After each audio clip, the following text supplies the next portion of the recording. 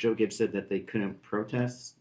Is that It's true? an in-race violation, and in-race violations are not protested. It's not appealable, I should say. And No different than an uncontrolled tire or too many men over the wall. And Christopher Bell said, this was not on purpose. He didn't mean to ride the wall. That that he hit the wall, but he didn't feel like he made an unsafe move. So I'm curious, did you feel like he did that on purpose to gain position? Yeah, I'm not gonna speculate on what Christopher did or said what he meant to do. That wouldn't be, that wouldn't be fair to try to make that type of decision based off that. We looked at the data, we looked at the video, and we've been very clear based off our conversations with our industry based off that move 2 years ago that would not be tolerated. Well, they never moved me, but they were racing hard. They're still getting in the corner hard, and they're not lifted down the straightaways. Big margin to get back to somebody like the 23 did. So it's hard racing, and we're all at the limit. Have you seen the move that Christopher did? Yeah. And he says he didn't feel like he did anything unsafe. Right. It's just the rule. It's just we sat in a meeting 2 years ago in Phoenix and talked about the ruling and whether it should be done again. And we came up with that because of the safety of the crossover gate there could fling open and cut the car in half. So, it's just the nature of it. What is up? I'm Chase Holden. Welcome back to my YouTube channel. You may know me from Speed Street Podcast with Dirty Mo Media and formerly from Garage Guys NASCAR Podcast. This is my new YouTube channel, so if you could, make sure to hit that subscribe button. Drop a like on this video. Hold on. I had to spit my Zen out. And make sure you hop in the comments. Following the recent race at Martinsville Speedway, NASCAR has handed down significant penalties to driver Bubba Wallace, Austin Dillon, and Ross Chastain, and we are going to break down what happened and what it means for the sport. On November 5th, 2024, NASCAR announced that Wallace, Dillon, and Chastain each received a $100,000 fine and were docked 50 driver points. Their teams, 2311 Racing, Richard Childress Racing, and Trackhouse Racing, also faced $100,000 fines and lost 50 owner points. Additionally, crew chiefs, spotters, and team executives from these teams will miss the season finale at Phoenix Raceway due to these violations. So I'm just going to stop right there for a second now that that's out the way. That's some big money that we've got thrown out. How did all of this occur? Well, if you've been living under a rock and you didn't watch the race at Martinsville, big shout out to Ryan Blaney, a.k.a. Yerb. He got it done. Kudos to him. That should have been the story of the race because it was a fantastic short track race in NASCAR, and we have been craving one of those for quite some time. However, that was not the story because right at the line, William Byron and Chris Bell were both tied for points. Now, because of some of the actions, maybe manipulations on track, William Byron was able to kind of scurry on in because maybe he rode a little bit more of a gray area while Christopher Bell rode a wall. A clear rule was set a couple of years back when Ross Chastain slingshot engaged around the wall at Martinsville.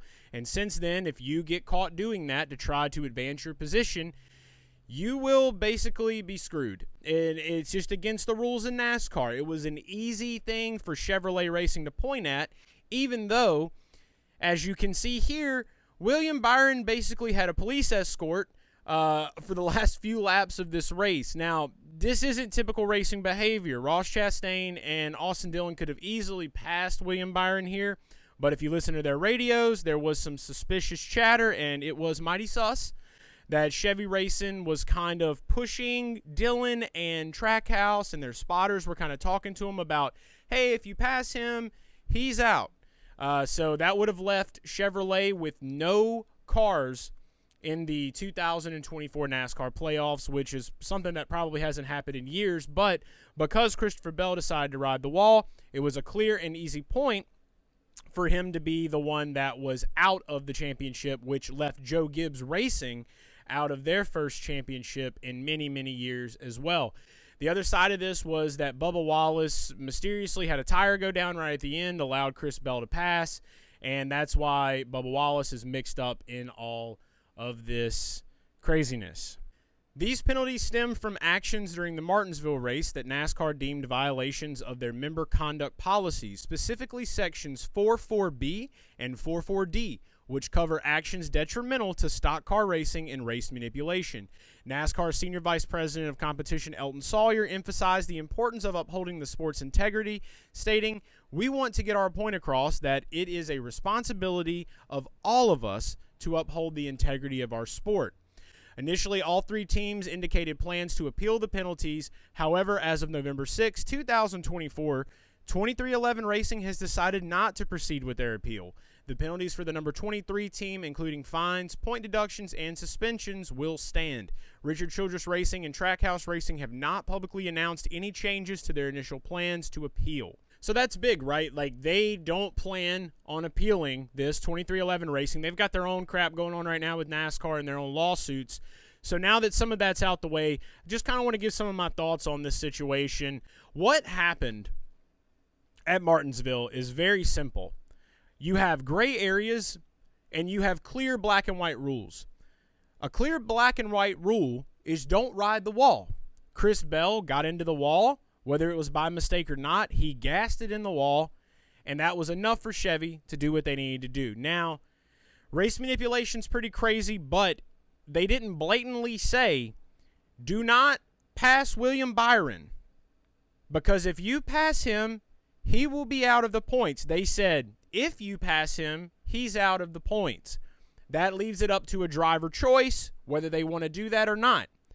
If we would have heard, do not pass him, he will be out of the championship race, that's when things would be drastically different. Do I think that these fines need to come down like this? What are they going to do, right? They are appealing. Some of these teams are appealing. 2311 isn't. The teams that are appealing it, they could win it because they could argue like, hey, we're stating a fact. And it's as simple as that. And what our drivers choose to do is what our drivers choose to do. You know, and that's the way that I see this thing.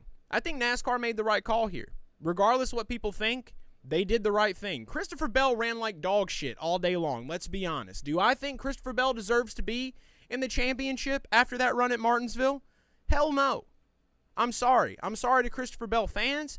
I'm sorry for people that see this as just totally wrong of what they did to C. Bell. It's probably because you have a bias. They made the right call. They had a clear black and white rule. And Chevy Racing, do you think for 1 second Chevy was going to just let no Chevrolets be in the championship? You got two Fords. You got two Penske cars, Joey Logano, Ryan Blaney. You got Tyler Reddick in a Toyota. In their mind, they're like, yeah, no, William Byron needs to be here. He needs to do this. And they played their cards right. Look, it ain't all butterflies and rainbows. The world is not a perfect place, and that means that sport is not a perfect place. So while, yes, this is very obvious that Chevrolet was playing some games here in black and white, did they really do anything wrong? I say no. I want to hear what you have to say in the comments below. Don't forget to subscribe to this channel, like this video, and I've got a lot more coming from NASCAR, IndyCar, and various other forms of motorsport. I'm Chase Holden. Thanks for watching.